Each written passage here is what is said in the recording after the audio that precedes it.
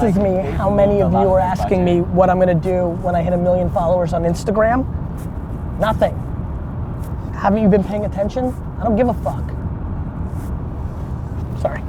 Cause we're gonna be legends.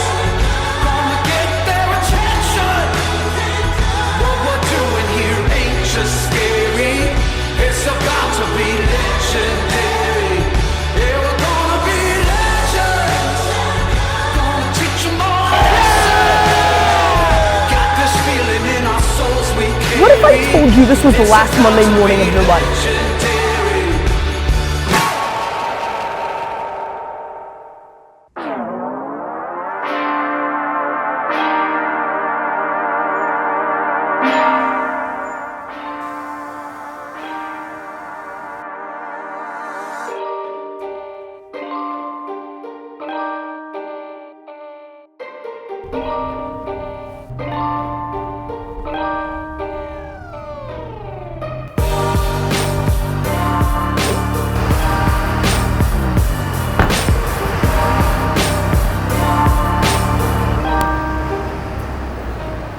DNA than that.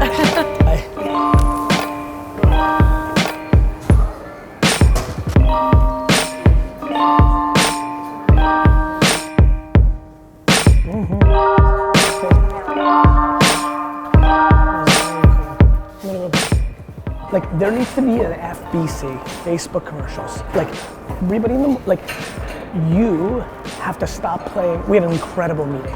Punchline is, I've done a lot of things over the last 8 weeks to not only, I think, get the organization here to at least, I think that all hands on was like this, and then it changes this week. And like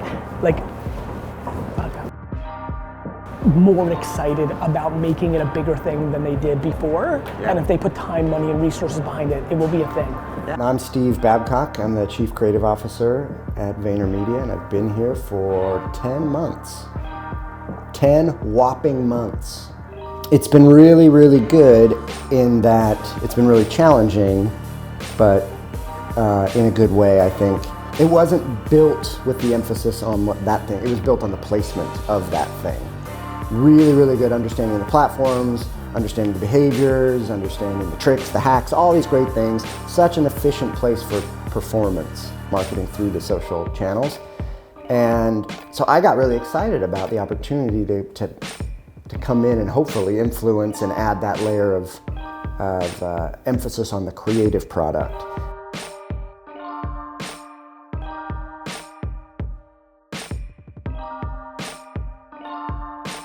I still want you filtering. We need to go fast, so like it'll be amazing if she filters through her heads and finds something, but it's not at her. Like, there's action right now.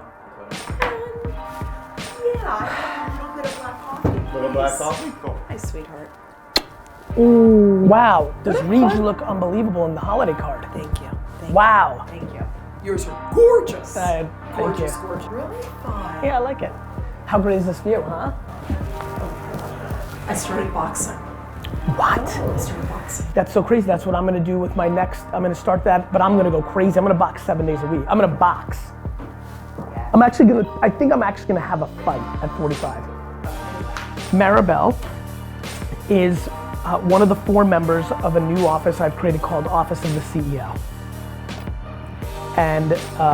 And basically is everything that is just scaling, like this is just how I'm rolling now, because above and beyond a Mark Evans or a brand and somebody on a piece of business, there's so much macro, especially where I think this conversation is gonna go.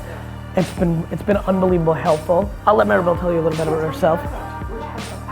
My name is Maribel Lara. I've been at Vayner 2.5 years on the account strategy side. So most recently I was VP of US Accounts for ABI, but for the bulk of my time here, I was predominantly on the PepsiCo portfolio, working on brands like Quaker. And before being at Vayner, I worked at Group M, where I worked for a small agency called M80 that was part of it. That's in social media marketing. And the fun thing about me is that I didn't work in marketing at all before that. So for 7 years, I worked in higher ed administration, so college student services. I worked at Cal Poly San Luis Obispo in California in residential life.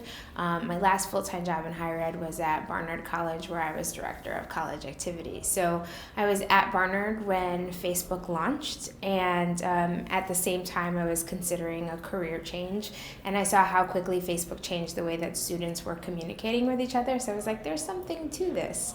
And I had made a decision to go back to school full-time for my MBA, so in focusing in marketing, wherever I could, I focused on social media. That's the crazy part. It's making, what I'm about to paint you is do that, do pictures, analyze the data, do commercials, analyze the data, check it, correct. And when all 9 pieces are all collectively less expensive than the 3 pieces that you guys have done in your world, pay somebody for the insights, go have make an expensive video, go have a media agency plan it that doesn't have your best interest in mind. You have 3 separate expensive pieces versus 9 pieces that are less cost across individually, and then that's the game. Do you know how many people ask me on a daily basis, what would I do with $2,500? So this happens a million times a day. And my answers are either A, buy Amazon or Facebook stock, or B, go buy shit and flip it on eBay, get to 50,000 and then do something. A version of that for stock and its historical safety and growth of like there's real stuff. Great, I'm very excited. Yeah, good. Okay. All right. Thank you. Bye, sweetie.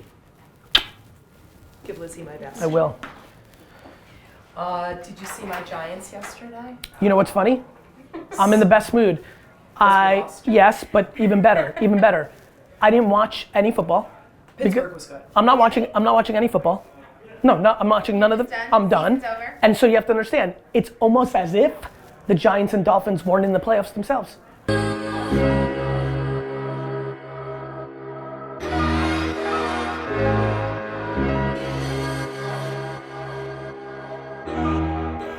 Put the 500 fucking hashtags that matter most in my world and have a human every second fucking clicking them, looking at the accounts, DMing them, and like who are the people, what are the people, my people, like all of it. Yeah. How you doing? Good, brother. How are you? Good. I just wanted to chat. Good. As you should. Yeah, it's been a while. Yeah. Everybody's gonna get recalibrated to that new game. But yeah, man, I mean, look, I think the good news is you've earned a lot of opportunity. I'm more than happy to listen to anything I can bring you value in. Like, I think the thing that I want to give you is the thing you've earned, which is flexibility. Like, you know, I don't know what else to tell you. Like, this is all the stuff that we talked about 3 years ago. We're like, hey, you know, like you eat shit and it returns bigger value. You know, nobody's gonna lose this game in a 7 or 10 year window. And it starts manifesting. What's cooking? What are you guys jamming on? Anything good? All I care about in the world is Facebook commercials. I genuinely don't care about anything else. Wait. Don't tell me you're using the C word. Yeah. Just so you know, just like the holding company clarification, like, by the way, I'll use any word. I just want people to understand what I'm saying. I need to basically know what freedom we have to do that with her, and I need to get her in a room and pitch and tell me where the brand's sitting. What I want to do, especially at our 3 levels, is force them into the system. Yeah, we've got her in a good spot. I think a lot of what they're struggling with right now is how It ladders up. Look what's going on now, guys. All right, boys. Is it still? You know what happened? D-Rock showed up on video. I'm gonna reverse it now. Watch this dramatic. D-Rock is leaving the. To me, that's the ultimate difference is that we have to stop using commercials to tell a story. It just has to be interesting. It has to be something that's relevant, that's crazy, that's wild. Well, for an industry that for so long influenced culture so profoundly, right? I mean, you were either the news, you were Hollywood, or you were a madman. Yeah. Like that, there was the power to create the stuff that influenced culture. And now we live in a world where everyone is given the tool to publish, and it's blurry and it's murky.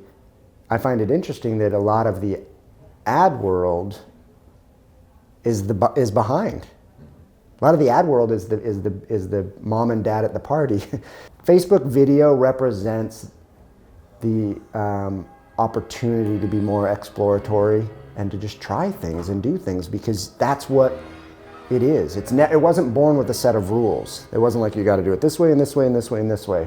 There are best practices that may or may not apply, but I think first things first, you have to have a hook. You have to have, like, that is an interesting story. If it's not interesting, then what's the point? Like, it has to be, more than ever, because you're competing with everything on the internet. So, like, it has to be interesting. It has to be interesting very quickly. And then you as a creative have to be willing to optimize. You have to be willing to recut. You have to be willing to take the thing you thought was going to be interesting, and then once you find out it wasn't interesting because the market told you so, you have to be willing to go, well, what can I do with that footage? Can I DJ it to become that? Oh, let's try that. Being like, it's a very different mindset, but it's not going anywhere.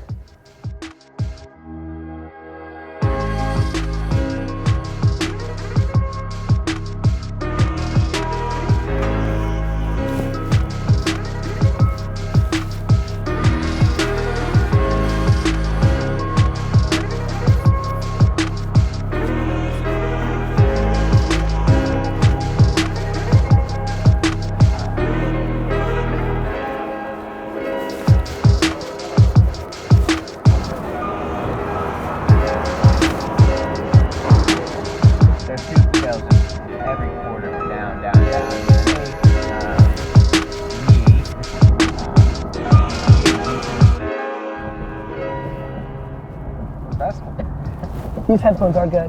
Yeah. I'd be lying if I didn't say I'm pretty excited about it. That was very clear. There's no string. I'm still gonna lose them. But not really. It looks ridiculous. They look a little strange. That's on Tyler. But it's gonna become social norm, like everything else. It's really good, actually. That actually would I love be it more good than if they, like, unseparated or something. Yeah, I've lost my... I think there's a lot of other things that happened here. Very much like I say publicly for the last decade, I believe in the jockey a lot of times, not just the horse. My strategy is reverse engineering them, always over communicating. I'm sitting in a car right now with 4 top talents, and truth is they all care about different things. And they have different ambitions, and they're all A players, but they all have different lives, and different things matter to them. And so I try to communicate with them, and I try to create a world where they feel comfortable communicating to me. And also I recognize one of the top talents, and I want you to spell this all out. One of the top talents, I'm pretty sure, had no kids when he started with us. Now he has 2, and that's gonna change things that matter. And they're young now, and in 5 years, because I know he'll be here, he may care about different things, because he may decide this was the year he needs to coach. And so, I don't know, but there's only one strategy with top talent, which is reverse engineer what they care about and be flexible to adjust what they care about forever. This is me. How many of you are asking me what I'm gonna do when I hit 1 million followers on Instagram? Nothing. Haven't you been paying attention? I don't give a fuck. Sorry. Just for clarity, I'm very thankful and grateful, but I'm not gonna do a contest to get more followers. All these people, I'm massively thankful, but I was grateful at 1. Thanks. VaynerMedia, 2:30. Vayner. Media.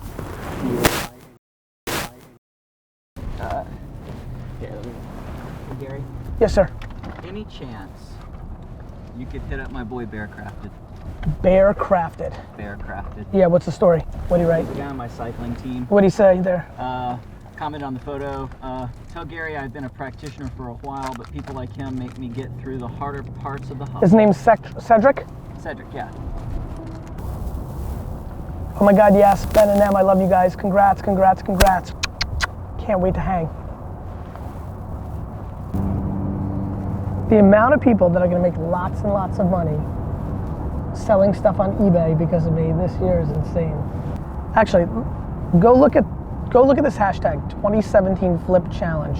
No, D-Rock, I do not want to say how we've created a challenge that is going to help thousands of people make lots of money that's going to be significant to them, whether to pay off debt or start their business or deploy against another underpriced opportunity like Facebook ads and Instagram influencers. So no, I don't want to say anything. Right here. Gary Vee, taking profits and reinvesting to buy, sell higher value items with wider margins, turning books into cars. Nice. New York. Jay Oakelander. No, he's in Ohio. Canton, Ohio.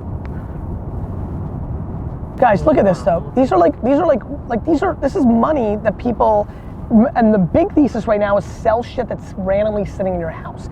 If you guys understood, even in apartments, like that you're actually sitting with like, especially just trying to like you're sitting with like $1,900 worth of stuff that's literally going in the garbage. And like what 1,900, like it's real. Yeah. It's a real thing. What's up guys? Just sitting here, D-Rock's filming. What is this? Episode 124. Marcus is here, Joe's here, Bradley's here. I got Avi to laugh a bunch today. Anyway, why I'm really here. Decided that I want to post a fan video on Instagram once a day. And so I'll tag their handle, they'll get hugely blown up, we'll get a bunch of different creative and see different things. We just need to figure out how we're gonna take submissions. And as always, there's always, yeah, okay, hashtag, good. Hashtag FanV, Fan, V-E-E. Here we go, that's it. That's how we do it, D-Rock. Anyway, a lot of it will be crap. That's just the way it is, and I won't use it if it's crap. Won't. But if it's great, we'll pick it. So if you want to make a video mashup, need anything from me, hit up D-Rock. Make those videos.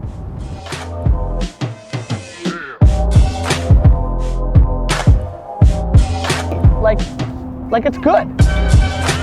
And like now we'll triple down on everything we can help to support. Okay. Basically, it's, you know, taking it from the tippy top, it's going to be called Crushed It. You know, how these 39 people did it and how you can too, right? Like that's kind of the energy of it. So again, from a framework, do we want to start with their story, end with their, you know, obviously we start with me like we always do, and then, you know, you could decide that framework, but I think it's either they're separate in a separate thing, and we do all the platforms, like, you know, what I would do, best practices, but the framework is no matter what you are, dancer, singer, painter, want to sell t-shirts, I will synthesize best practices, opportunities on these platforms from a State of the Union of those platforms in this book, and then the stories of those people. I think there's wait a minute, by the way, I think there's a great one. There's a very good one, a joke I use a lot that we're definitely gonna use, which is the only person that I acknowledged in that book besides my family is Travis, the co-founder of Uber. So that's a monster one. That'll be fun.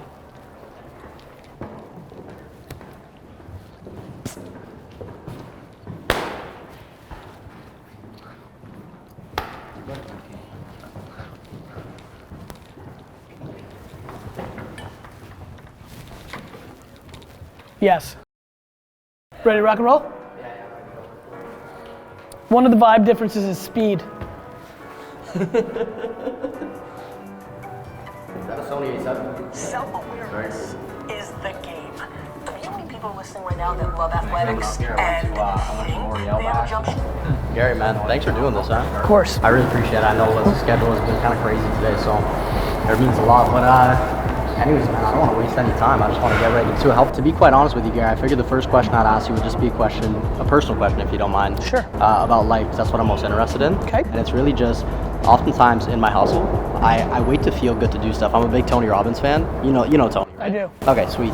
And his whole thing is like achievement versus fulfillment, right? You can achieve all you want, but if you don't feel good at the end of the day, you end up doing something stupid like killing yourself or something even worse. Okay. So my focus, I'm 21, has been honestly just on feeling good. And I've kind of noted that if I don't feel good, I don't do shit. I think that's right. And okay, you think that's right? I'm a big believer in that. Yeah? Which is why I do so much shit, because I feel so good. I'm being serious. Yeah. Like, I actually think that makes a ton of sense. Yeah. I think that I didn't do any schoolwork because it didn't make me feel good, and I didn't feel good then. And since I've been in the real world, I've been able to focus on the things that make me happy and doing real shit. Like I couldn't imagine anybody that doesn't go through some version of what you were talking about right now, which is feeling good is the game.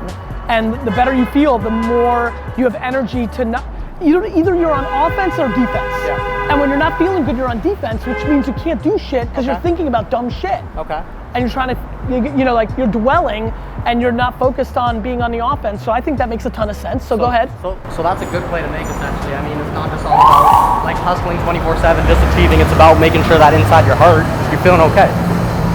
Yeah, I mean, I think I couldn't imagine anybody in the world disagreeing with like doing stuff for the sake of doing stuff. Here are the things that run through my mind. I would say the primary thing I probably ask myself is this action gonna lead to somebody showing up at my funeral? If you really ask me what the fuck I do for a living, it's that I'm trying to create a legacy because I'm either A, so egotistical that I want that, or B, love human beings so much, because I do, and it's why I think I've popped on social. So I think a lot of what I think about is what's the legacy of this maneuver? Like right now, this is fucking stupid for me. Doing an interview with you for 15 minutes is fucking ridiculous. I love it. It makes no goddamn sense, but I'm feeling pretty good about the odds of maybe this leading to you showing up to my funeral. That's how I think about stuff. So I'm very big on what does it impact, how does it impact me, and more importantly, the other person in the narrative that I care about, which is I think I was gifted with some real crazy shit. Enough talent to be able to do my thing for me and still have so much left over to give so much. I mean, that to me is crazy. I wish people understood what I would look like from a business success standpoint if I actually took all this energy and made it selfish. It'd be over already. It would be game over. Over. No. I think my thing is very simple. There's never been a day in my life where I've done something with the wrong intent. I want to win, and I want other people to win too. So long as the intent's right, you kind of just roll with whatever. 100%. I want to build the biggest building in town. The way I want to do that is by building the biggest building. Not tearing other people's shit down. It. That's my. I say it all the time because it's the thing that I've seen that separates me, which is a lot of people that are as hungry and as ambitious as I am are insecure in reality, and I'm just not. And of course I have insecurities. For example, I wasn't 1,000% secure in like getting all the cutest girls I ever saw. That wasn't my strength.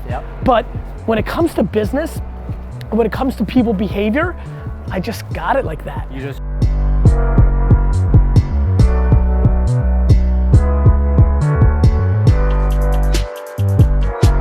give it to D-Rock, bro. Thank you, my man. Hang loose, man. So Thank you. I'll connect with D-Rock's gonna take over here. Okay, cool. Gary, man, thanks for everything. All right, cheers, brother.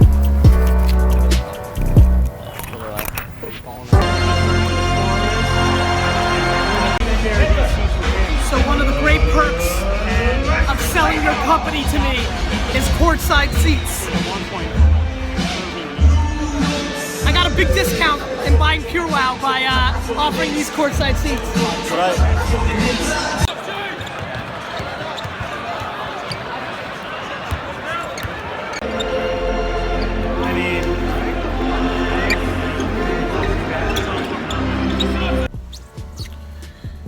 What up, guys? Just creating some clarity to what FanV is. It's people who create mashups, video content, the stuff that D-Rock and other Tyler make, and then we put it out. So if you want to showcase your editing and video skills, you can take any clips that you want from my stuff and mash them together, any audio from the podcast and mash them together. You can even once in a while hit me up and I'll do some original to the screen video and send it to you if you gotta want to get fancy, but you might have to wait because it gets busy a little bit. But anyway, that's a little clarification to what FanV is. I'm gonna be showcasing on my page videos from fans that mash up my content, the stuff that I would share to the audience, kind of like the episode 101, the classic from Daily V, which was done by a fan from Portugal. That kind of stuff for Instagram, 1 minute video mashups.